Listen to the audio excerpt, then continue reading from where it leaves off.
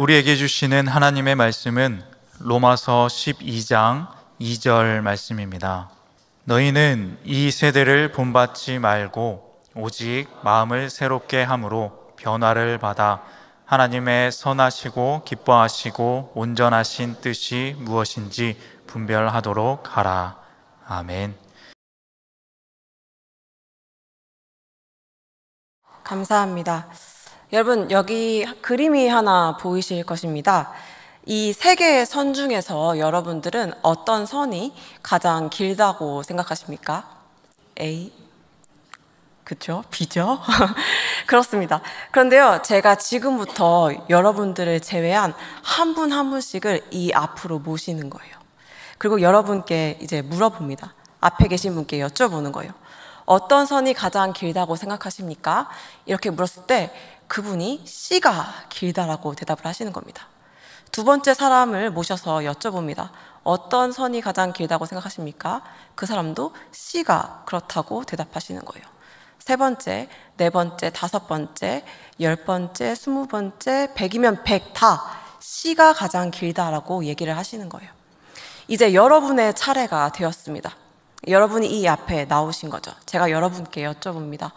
A, B, C 중 어떤 선이 가장 길다고 생각하십니까? 그러면 여러분은 뭐라고 대답하시겠어요?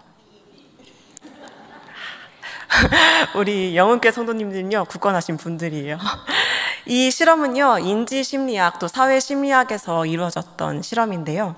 이 실험을 통해서 사회적 영향이 개인의 판단과 인식에 어떠한 영향을 미치는지 알아볼 수 있는 실험이었습니다. 다시 말해서 어떠한 사실을 지각하고 이해하고 학습하고 판단을 내리는데 어떤 영향을 미치는지, 사회적 영향이 어떠한 영향을 미치는지 알아보는 실험이었어요. 여기서 이렇게 어떠한 사실을 지각하고 이해하고 판단하고 사고하는 과정을 인지라고 하거든요. 인지하다라고 할 때 하는 그 인지가 바로 그 단어를 가리킵니다. 그런데요, 이 과정에서요, 놀랍게도 이 실험에 참가했던 거의 대부분 모든 사람들은요, C가 가장 길다라고 대답을 했습니다. 사람들은요, 이전과는 달리 가장 긴 선이 C라고 인식을 했다라는 거예요. 다른 사람들의 영향을 받은 것입니다. 이 실험은 여러 가지 방법으로 실행되었는데 결과는 항상 동일했어요. 이 실험은요, 인간이 어떠한 사실을 인지할 때, 다시 말해서 어떠한 사실을 받아들이고 학습하고 그것을 판단을 내릴 때 순수하게 객관적으로 인식하기보다 사회적인 분위기나 문화에 의해서 그것을 인지한다는 사실을 발견할 수 있게 해줍니다. 사회적인 분위기와 문화에 따라서 우리의 인지 과정이, 인지 체계가 바뀐다라는 뜻이에요. 근데 이 현상은요, 우리 신앙의 영역에서도 동일하게 적용됩니다. 저희가 지금부터 이사야서의 말씀을 한 구절 같이 읽어볼 텐데요. 이사야서는 이스라엘이 쇠퇴하던 시기에 활동했던 선지자에 의해서 쓰여졌던 말씀입니다. 이사야가 사역을 한 지 얼마 안 돼서 북이스라엘은 멸망의 길로 나아갔고 남유다도 얼마 되지 않아서 여러 나라의 속국으로 가게 되었거든요. 그러니까 얼마나 그들이 범죄했으면 하나님께서 그들을 심판하셨겠는가 우리가 생각해 볼 수 있는 대목이죠. 그런데 오늘 성경 말씀은 우리에게 재밌는 생각을 해볼 수 있게 해줍니다. 그 당시 사람들이 타락했다고 우리가 알고 있는데 그들의 모습은 저희의 생각과 조금 다르기 때문입니다.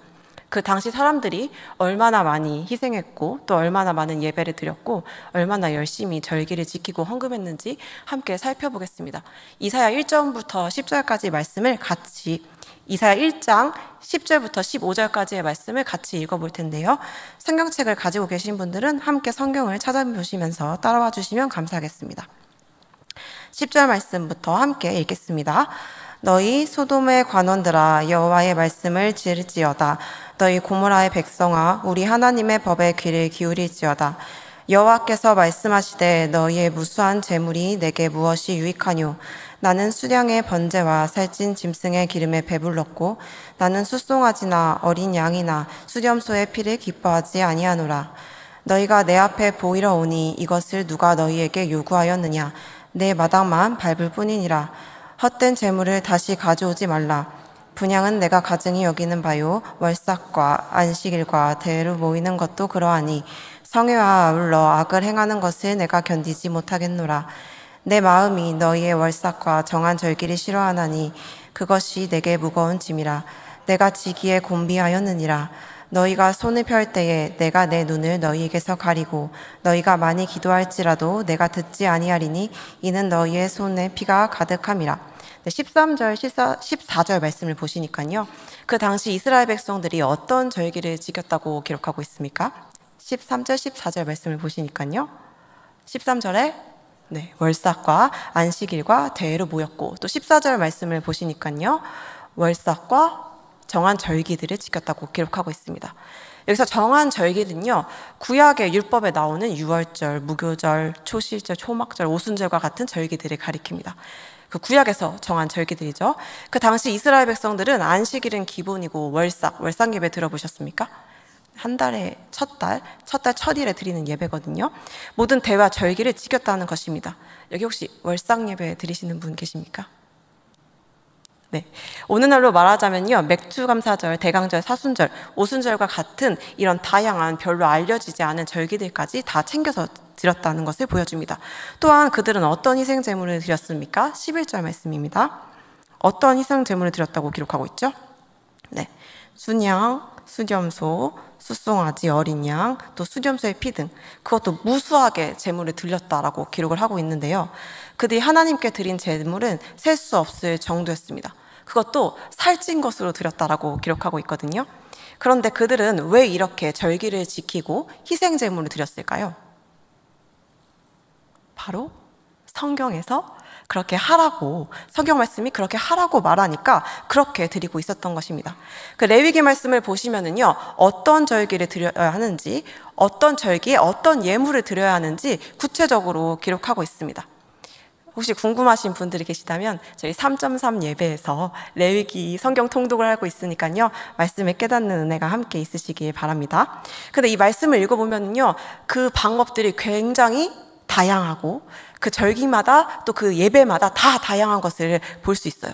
막 자르고 벗기고 태우고, 어떤 것은 빼고 어떤 것은 집어넣고, 이게 다 다르지 않습니까? 사실 우리가 그 레위기 말씀을 읽을 때 그것을 이해하려다가 잠들지 않습니까? 사실은 읽고 이해하는 것만 해도 이렇게 어려운데 그것을 실제로 지키며 살아갔던 사람들은 얼마나 힘들었겠습니까? 사실 말라기 시대 때는요, 하나님께 제물을 드릴 때 병든 것, 마른 것, 쓰다 남은 것, 저는 것, 이런 것을 드렸단 말이죠. 근데 이 시대에는요, 하나님께 제물을 드릴 때 그러지 않았어요. 절기들이나 방식들 지켜가면서 제일 좋은 것을 무수히 하나님께 드렸다라고 성경 말씀은 기록하고 있습니다. 또 그들의 기도 생활은 어땠습니까? 15절 말씀을 함께 보겠습니다. 그들이 어떻게 기도했나요? 말씀을 보니까 너희가 많이 기도할지라도, 기도를 많이 했다는 거예요.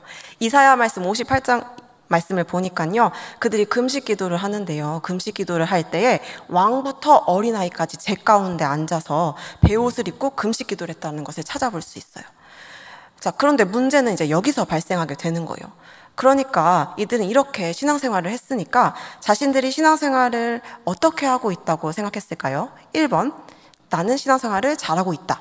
2번, 나는 신앙생활을 잘 못하고 있다. 1번일까요? 2번일까요? 그렇죠. 1번이겠죠. 오늘날 교회에서는 어떤 사람들이 신앙생활을 잘하고 있다라고 이야기합니까? 새벽 기도도 잘 나오고 예배도 빠짐없이 드리고 봉사도 많이 하고 금식 많이 하고 헌금도 많이 드리고, 이런 사람들을 신앙생활을 잘하고 있다라고 이야기하고 있지 않습니까? 그러면은요, 이들은 오늘날 우리보다 신앙생활을 더 잘하고 있었지 결코 못하지 않았다라고 평가할 수 있습니다. 타락했다라고 이들을 말하실 수 있는 분들이 계시다면 가슴에 손을 얹고 한번 생각을 해보셨으면 좋겠어요. 우리는 얼마나 예배하고 있는가, 이만큼 하고 있는가. 오늘날 우리에 비하면 이들은 아주 예배를 잘 드리고 있다라고 할 수 있습니다. 그것도 성경대로요. 그러니까 본인들은 어떻게 했겠습니까? 이들에게 하나님을 사랑하십시오 라고 얘기하면, 네, 우리가 하나님을 사랑합니다, 이렇게 무수한 제물을 드리지 않았습니까? 라고 이야기하면서 자부했을지도 모릅니다. 하나님을 사랑한다고요. 그런데 하나님은 오늘날 그들에 대해서 어떻게 평가하시고 계시냐는 말씀입니다. 10절 말씀을 보겠습니다. 같이 읽어볼게요. 시작. 너희 소돔의 권원들아, 여호와의 말씀을 들을지어다. 너희 고모라의 백성아, 우리 하나님의 법에 귀를 기울일지어다. 이들이 소돔과 고모라의 백성과 같다고 평가를 하시는 거예요. 소돔과 고모라의 백성들이 어떤 백성이었죠?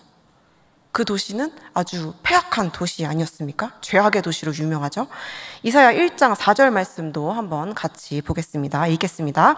슬프다 범죄한 나라요 허물진 백성이요 행악의 종자요 행위가 부패한 자식이로다.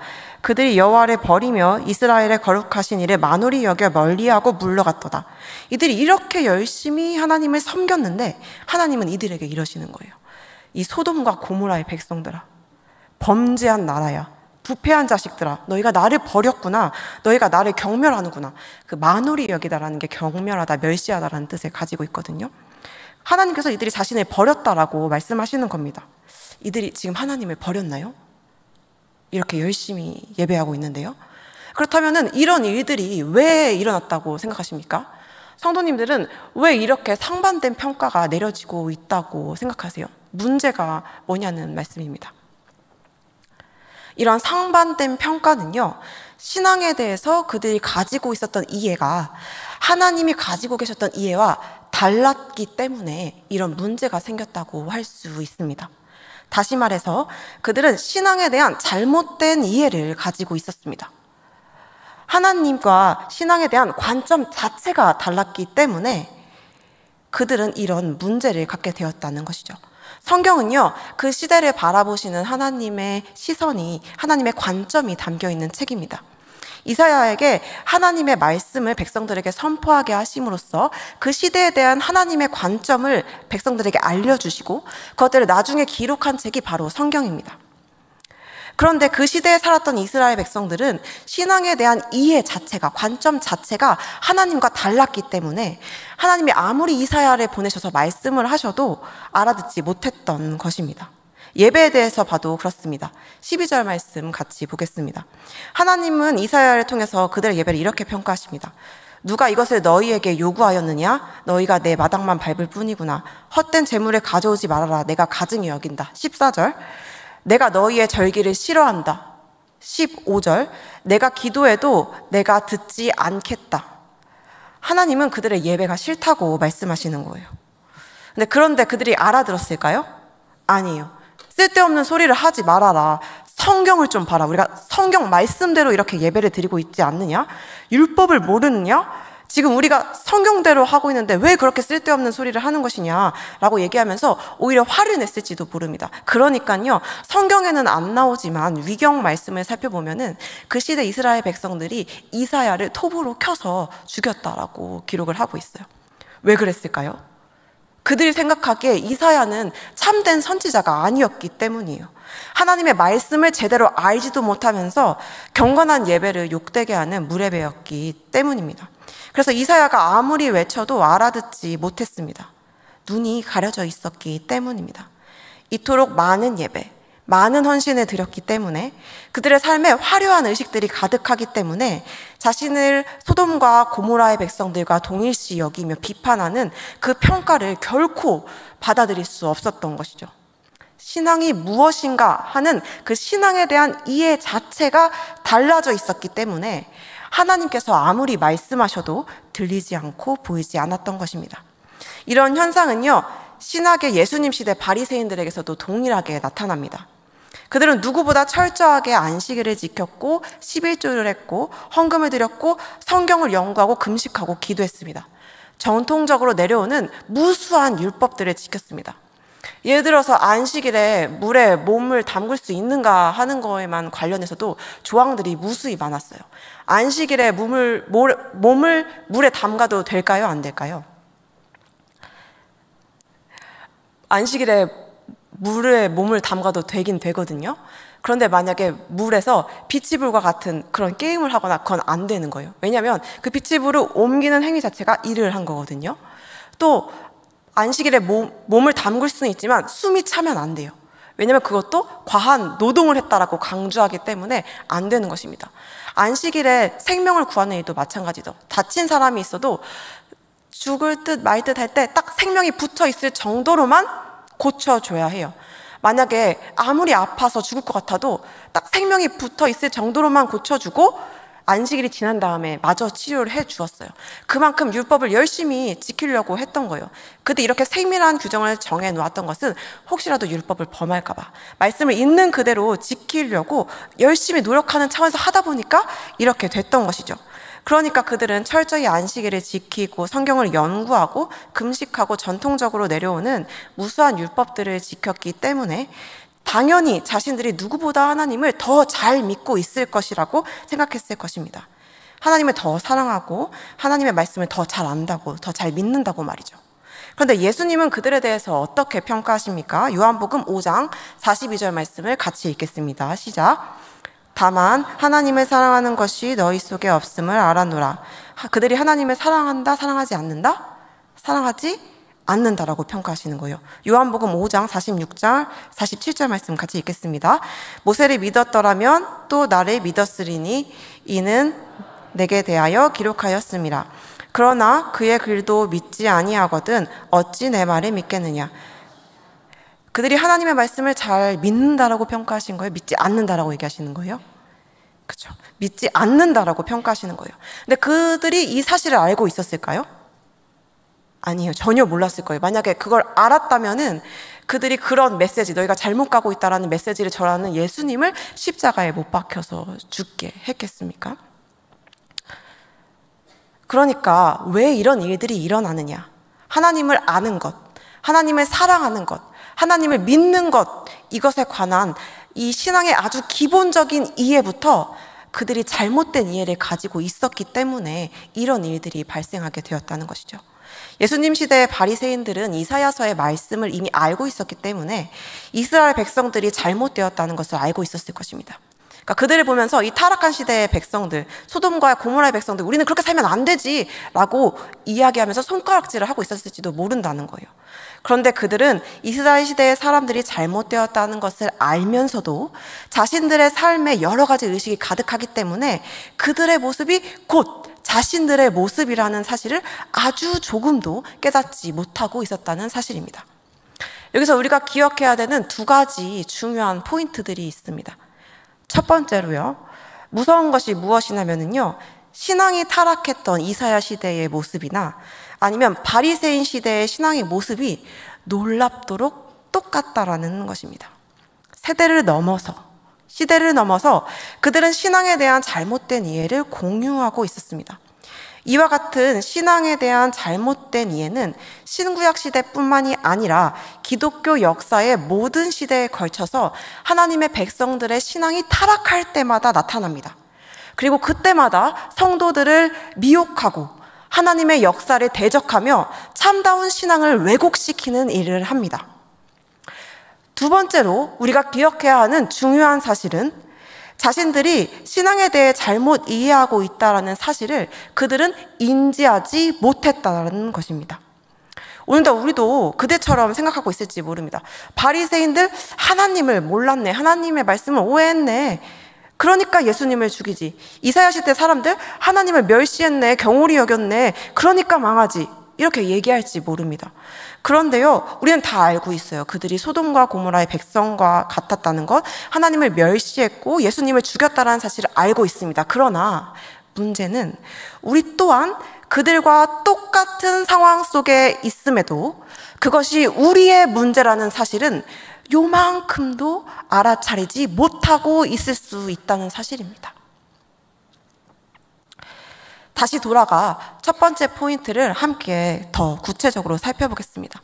이들에게는 세대를 넘어서는 잘못된 신앙에 대한 이해를 가지고 있었습니다. 어떠한 신앙에 대한 잘못된 이해가 있었나요? 이사야 시대 그 이스라엘 백성들의 삶을 보면은요, 그들의 삶에는 의식이 가득했습니다. 그들은 수많은 제사와 희생, 수많은 예배와 헌금을 드렸습니다. 다시 말해서 그들은 곧 의식이 곧 신앙이라고 생각을 했던 거예요. 그런데 하나님께서는요, 그들이 하나님을 멸시했다라고 이야기하십니다. 그들이 하나님을 사랑하지 않는다고 말씀하시고, 하나님은 그 모든 예배를 신물난다고 평가하시며 그것들을 증오하신다까지 말씀하셨습니다.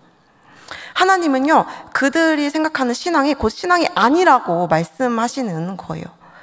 그들의 삶에 수많은 의식과 수많은 희생들, 수많은 헌신들이 있었지만 그 의식은 본질을 떠나 있었기 때문에, 그들의 의식이 본질을 떠나 있으니까 그 화려한 의식, 수많은 희생과 헌신도 하나님 앞에 아무런 의미가 없었다라는 것입니다. 그렇다면 그들이 떠나 있었던 신앙의 본질은 무엇이었습니까? 하나님이 진정으로 그들에게 원하시는 것은 무엇이었냐 하는 말씀입니다. 호세아 4장 1절 그리고 6절 말씀을 함께 읽어보겠습니다. 호세아는 이사야와 동일한 시대를 배경으로 가지고 있습니다. 1절 말씀 읽겠습니다. 이스라엘 자손들아, 여호와의 말씀을 들으라. 여호와께서 이 땅 주민들과 논쟁하시나니 이 땅에는 진실도 없고 인애도 없고 하나님을 아는 지식도 없고. 6절 내 백성이 지식이 없으므로 망하는도다. 내가 지식을 버렸으니 나도 너를 버려 내 제사장이 되지 못하게 할 것이요, 내가 내 하나님의 율법을 잊었으니 나도 내 자녀들을 잊어버리라. 이 말씀에 의하면은요, 그 당시 이스라엘 백성들에게는 무엇이 없었습니까? 1절 그쵸, 진실도 없고 인애도 없고 또 하나님을 아는 지식도 없었다고 말합니다. 또 무엇을 버렸다고 말합니까? 6절 보니까요, 그쵸, 지식을 버렸고 율법을 버렸다고 말합니다. 여기 1절에 나오는 인애라는 단어는 헤세드인데요, 하나님을 사랑하는 것을 뜻해요. 근데 하나님을 사랑해서 하는 실천적인 행위까지도 포함하는 개념입니다.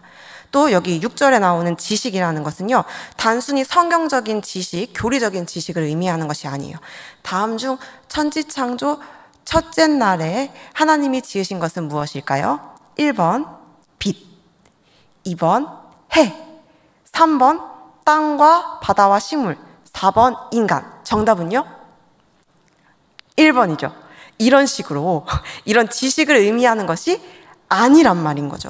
단순히 성경을 많이 아는 것, 교리적으로 아는 것을 의미하지 않습니다. 그랬다면 바리새인과 이 시대의 종교 지도자들은요, 문제가 없었겠죠. 그들은 성경을 막 달달달달 외우고 있었으니까요. 여기서 지식은 하나님에 대해서 아는 것이 아니라 하나님을 아는 것을 의미합니다. 말씀을 통해서 그 말씀의 하나님을 경험적으로 아는 거예요.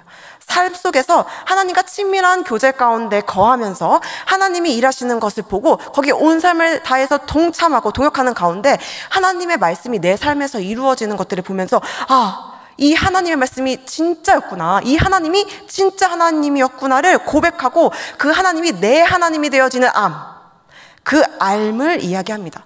그런데 하나님께서는 그들이 그것을 버렸다라고 말씀하시는 겁니다. 호세아 6장 6절도 함께 살펴보겠습니다. 6장 6절 같이 읽어볼까요? 나는 인애를 원하고 제사를 원하지 아니하며 번제보다 하나님 아는 것을 원하노라. 하나님께서 무엇을 원한다고 말씀하십니까? 그렇죠. 인애, 그렇죠. 인애가 뭐라고 했죠? 첫 번째로 하나님을 사랑하는 것, 그리고 하나님을 사랑하는데 그것을 끝나는 것이 아니라 그 하나님과의 사랑의 관계 가운데 거하기 때문에 구체적인 실천을 하는 삶, 그것을 원하신다고 방금 전에 말씀을 드렸어요. 또 무엇을 원하신다고 말씀하셨죠? 두 번째로 하나님을 아는 것을 원하신다고 말씀하셨어요. 아까 얘기했다시피 진짜 하나님이 어떤 분인지 경험해 알기를 원하신다는 거죠.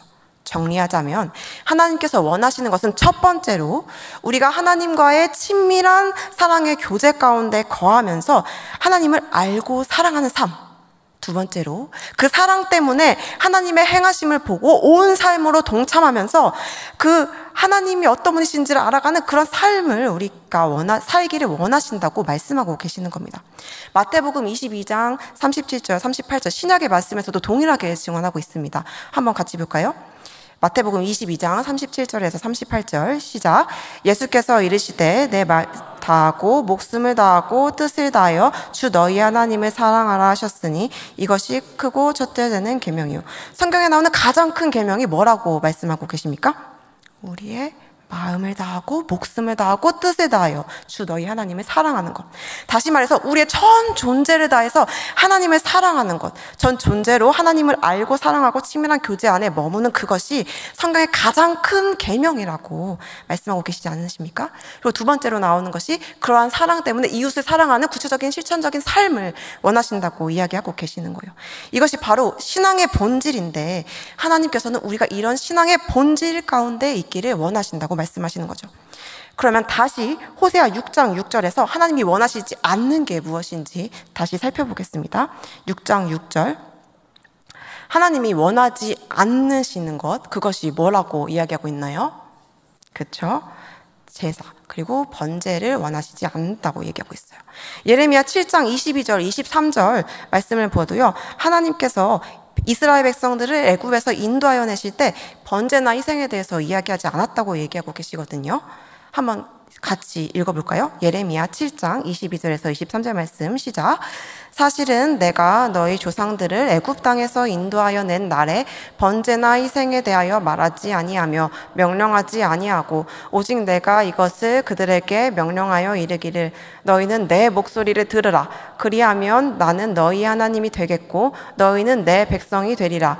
너희는 내가 명령한 모든 길로 걸어가라. 그리하면 복을 받으리라 하였으나 애굽에서 인도하여 낸 날에 번제나 희생에 대해서 명령하지 않았다고 말씀하시는 거예요. 그런데 실제로 하나님이 제사와 번제를 명령하지 않으셨나요? 아니죠. 그러면은 레위기나 민수기 같이 성경에 나오는 이 수많은 제사 규정과 율법 규정은 뭐냐라는 말입니다. 하나님 갑자기 왜 이렇게 말씀하시는 거죠? 이 말은 하나님이 실제로 제사와 번제를 원하시지 않는다라는 뜻이 아닙니다. 제사와 번제와 같은 의식이나 의례가 중요하지 않다라는 게 아니에요. 필요하지 않다는 게 아니에요. 이것들은 하나님 명하신 아주 중요한 것입니다. 그러나 하나님께서 이스라엘 백성들에게 애굽에서 건져내실 때부터 그들에게 원하셨던 가장 핵심적인 것 혹은 본질적인 것은 제사나 번제와 같은 의식 그 자체가 아니라 하나님을 알고 사랑하는 친밀한 교제 가운데 거하는 것, 그것이라는 것을 의미하는 것입니다. 23절 말씀 보겠습니다. 읽겠습니다. 너희는 내 목소리를 들으라. 그리하면 나는 너희 하나님이 되겠고 너희는 내 백성이 되리라. 너희는 내가 명령한 모든 길로 걸어가라. 그리하면 복을 받으리라. 하나님이 그들에게 명령하신 본질적인 것은 단순한 종교적인 의식이나 제의가 아니라 하나님의 목소리를 청종하고 하나님의 길로 행하는 삶이었다는 말씀입니다. 정리하자면 하나님께서 진짜로 우리에게 원하시는 것, 하나님께서 생각하시는 진짜 신앙이란 이제 거의 외우실 정도가 되었죠. 단순히 의식이나 의례, 종교적인 예식이 아니라 하나님과의 친밀한 교제 가운데 우리의 전 존재로 하나님을 알고 사랑하는 삶, 그리고 하나님의 목소리를 청종하며 하나님의 행하심을 보고 온 삶으로 동참해 나가는 우리의 구체적인 삶을 원하신다는 것입니다. 그래서 기독교 신앙은요, 종교가 아니라요, 하나님과의 친밀한 관계입니다. 하나님과의 친밀한 교제입니다. 하나님과 동역하는 삶입니다. 그런데 이사야 시대 이스라엘 백성들은 그런 삶을 떠나 있었고 의식이 곧 신앙이라고 이해했습니다. 수많은 의식들을 드리고 있었기 때문에 자신들이 하나님을 버렸고 멸시하고 떠나갔다는 삶을 상상할 수도 없었던 것이죠. 오늘날로 이야기하자면요, 주일 성수 잘하고 있었던 거예요. 성경 공부도 열심히 했던 거고요. 새벽기도, 헌금도, 감사헌금, 월삭, 예물까지 다 챙기고 11조는 들어오는 선물까지 계산해서 헌금 드리고 교육부도 섬기고 찬양대도 하고 주중에는 교회에서 열리는 예배란 예배는 다 참석하고 그랬던 거예요. 그러니까 자신들을 비판하는 이사야의 말을 이해할 수 없었던 것입니다. 우리는요, 일반적으로 의식에서 떠나는 것이 하나님을 떠나는 것이라고 이해합니다. 다시 말해서 더 이상 교회에 출석하지 않고 하나님께 기도도 하지 않고 헌금도 드리지 않아야 하나님을 떠난 삶이라고 이해합니다. 우리의 자녀들이, 우리의 배우자가 마침내 교회에 나오지 않아야 하나님을 떠났다라고 생각해요. 그런데 하나님의 관점에서 하나님을 떠나는 것은 훨씬 더 이전에 시작됩니다. 하나님 관점에서는요, 아무리 의식이 가득하다 할지라도 하나님의 백성들이 신앙의 본질에서 떠나면 그것이 하나님을 떠난 것입니다. 다시 말해서 의식, 예배, 성경 공부, 묵상, 기도, 금식, 헌금, 교회 봉사가 가득하다라고 할지라도 우리의 삶이 전 존재를 다해서 인격체이신 하나님을 알고 사랑하면서 교제하고 또 그 하나님께서 보여주시는 그 길로 행하고 그 분의 목소리를 청종하면서 동행하는 삶을 떠나버리면 그것이 곧 하나님을 떠난 것이라는 것입니다. 그렇게 하나님은요, 오늘 이스라엘 백성들에게 돌아오라고 말씀하십니다. 호세아 6장 1절 말씀을 같이 읽겠습니다. 1절입니다. 읽겠습니다. 오라, 우리가 여호와께로 돌아가자. 여호와께서 우리를 찢으셨으나 도로 낫게 하실 것이요 우리를 치셨으나 싸매어 주실 것입니다. 여호와께로 돌아오라, 하나님께로 돌아오라는 것은 그렇다면 어떤 의미이겠습니까? 호세아 6장 3절 상반절 말씀을 같이 읽어보겠습니다. 시작. 그러므로 우리가 여호와를 알자. 힘써 여호와를 알자. 감사합니다. 호세아 6장은요, 하나님께로 돌아가자라고 말하면서 같은 의미로 여호와를 알자라고 지금 이야기를 하고 있는 거예요. 힘써 알자. 여기서 알자라는 것은 이제 단순히 지식적인 알미 아니라는 사실은 말씀드리지 않으셔도 알겠죠. 호세아는 본질은 없이 의식만을 반복하며 하나님을 멸시하는 삶, 하나님을 떠난 삶을 살고 있는 백성들에게 신앙의 본질로 돌아오라고, 하나님과의 친밀한 교제로 도역하는 삶으로 돌아오라고 호소하고 있는 것입니다. 우리 모두 하나님께로 돌아갑시다. 두 번째 포인트 다시 한번 살펴보겠습니다. 그런데 그들은 선지자들의 호소에 불구하고 자신들이 하나님을 떠났다는 사실을 알지 못했습니다. 왜 그랬습니까? 그들의 눈이 가려져 있었기 때문입니다. 앞서 제가 서두에 말씀드렸던 그 실험의 내용을 기억하십니까? 인간이 어떻게 사실을 인지하는지요. 그들이 사실을 인지할 때 사람들이 사회적 분위기와 문화와 그런 사회적 분위기와 문화에 영향을 받는다는 것을 앞서 살펴보았습니다. 처음에는요, 이게 사실 어떤 게 진짜 사실인지를 분명하게 알아도 그 모두가 그렇게 얘기를 하니까 그 사실이 거짓이 되고 거짓이 참이 되는 그런 놀라운 인지의 변화 과정을 인간은 누구나 겪을 수 있다는 것을 앞에서 살펴보았다는 거예요.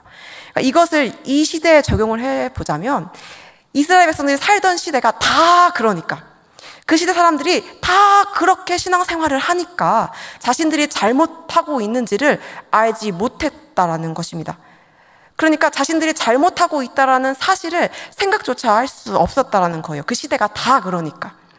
이것이 신앙이 타락한 시대에 나타나는 증상입니다. 그 시대 사람들이 다 그렇게 신앙생활을 하니까 삶에는 의식이 가득할지 모르겠으나 실제로의 삶 속에서는 하나님과의 친밀한 교제도 없고, 그러니까 그 교제함 가운데서 하나님께 기쁨으로 도역하는 삶도 없고, 하나님께서 우리에게 본질적으로 원하시는 그런 참신앙에서 살아가길 원하시는 그런 삶의 모습들이 없어도 모두가 다 그러니까 자신들이 잘못 살아가고 있는지를 모른다라는 것입니다.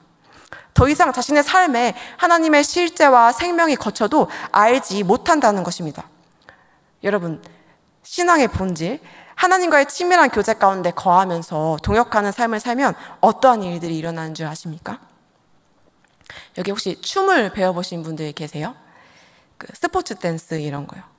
처음에는요, 이 춤을 배우게 되면은요, 땅바닥을 밟는 것보다 파트너의 발을 밟는 경우가 더 많이 있죠. 처음에는요, 삐걱삐걱대고요, 뭐가 뭔지도 알 수 없어요. 그런데 계속해서 호흡을 맞춰가다 보면은요, 상대방의 숨결이 느껴집니다. 근육의 움직임이 느껴지고요, 피부의 떨림이 느껴져요. 그래서 이 사람이 이렇게 움직이겠구나 인식하게 돼요. 그러면서 호흡이 하나로 맞춰져 가는 것을 느낄 수 있거든요. 이것도 마찬가지인 거예요. 하나님과 친해질수록 하나님의 호흡이 보이는 거예요. 말씀을 읽어도요, 하나님의 마음이 막 느껴져 옵니다. 하나님이 이 말씀을 왜 이렇게 말씀하셨을지, 어떤 마음이었을지 하나님의 숨소리가 느껴져 오는 거예요. 그러니까 그 말씀 앞에서요, 내 삶이 얼마나 잘못되었고 내가 하나님을 얼마나 아프시게 했는지가 막 느껴져 오는 것입니다. 그러니까는요, 마음이 너무 아파요. 하나님 앞에 죄송스럽고 회개하게 되고 돌이키게 되고, 그런데 또 그런 나를 참아주시는 하나님을 보면서 너무 감사합니다. 감격하게 돼요. 그러니까 하나님이 기뻐하시는 일들에 내가 내 삶을 던져서 막 동역하고 싶어요. 근데 동역을 하다 보니까 어떤 일들이 일어나요? 성경에서 말씀하셨던 그 기적들이 내 삶에 일어나는 거예요. 홍해를 가렸던 그 하나님의 그 놀라운 기적의 체험들이 내 삶에서 일어나게 되는 것입니다. 그러니까 하나님이 진짜 이런 하나님, 진짜 하나님이셨구나를 알게 되는 거예요. 또 때로는요, 이게 기적처럼 될 것 같았는데 내 삶에서는 안 일어나요. 그럼 이런 일들이 왜 안 일어나지를 생각해 보니까, 내가 또 내 판단대로 하고 있었구나, 내 경험대로 하고 있었구나를 깨닫게 됩니다. 내 이기심이 있었구나, 내 교만함이 있었구나를 깨닫게 돼요. 내 죄악들이 드러나게 되는 것입니다. 그러면서 우리의 성품이 하나님을 닮아가게 됩니다. 그런데요, 이렇게 변화되는 나를 보면서 사람들이 이상하게 여기는 거예요. 원래 제가 저런 애가 아니었는데 왜 이렇게 변화되었지? 그러면서 하나님을 궁금해하게 돼요. 기독교 신앙이 원래 이런 건가? 이러면 나도 한번 예수님 믿어볼까? 이런 일들이 나타나게 되는 겁니다. 주위 사람들이 하나님께로 돌아오는 일들이 생겨요. 그러니까 사람들이 또 나를 칭찬합니다. 그러니까 나는요, 그 사건을 보면서 내가 한 것은 제대로 못 살아서 하나님 도와주세요 한 것밖에 없는데, 상황이 변화되고 사람들이 돌아오고 내가 칭찬까지 받게 되니까 하나님이 더 좋아져요. 그리고 하나님께 더 나아가게 되고, 그러니까 또 하나님을 알게 되고 하나님께 동역하게 되고, 그러니까 내 성품이 변화되어지고 주의가 바뀌는 이런 놀라운 일들이 일어나게 되는 것입니다. 이것이 하나님께서 하나님을 믿고 따르는 하나님의 백성들에게 원하셨던 신앙의 본질, 진짜 신앙인의 삶이라는 것입니다. 이게 생명력 있는 그리스도인의 진짜 삶이라는 말씀입니다. 하나님께서는요, 우리들에게 이걸 원하셨어요. 우리가 이렇게 행복하게 하나님을 누리면서 살아가기를 원하셨습니다. 이런 일들이 안 일어나는 것이 오히려 기적 같은 일이죠. 그런데 제가 그럼 여기서 질문을 하나 드리겠습니다. 성도님들 마음속으로 한번 체크해 보세요. 성도님들의 날마다의 삶에서 다음과 같은 하나님의 생명이 넘치십니까? 인격제이신 하나님과의 치밀한 교제 넘치십니까? 하나님의 임재와 통치 느끼며 살아가고 계십니까? 변화된 삶, 하나님의 거룩하심, 그리고 그 앞에서 느껴지는 나의 죄악된 모습, 하나님의 실제적인 인도와 보호, 기도응답, 우리의 필요를 채우시고 우리의 모든 필요를 아시고 그걸 하나님의 방법대로 채우시는 그 채움, 날마다 경험하며 살아가고 계십니까? 여러분과 여러분의 가정, 지금 우리의 교회는 하나님과의 올바른 관계 가운데 나아가고 있습니까? 혹시 우리도 하나님을 떠나서 하나님을 멸시하는 삶을 살고 있지는 않습니까?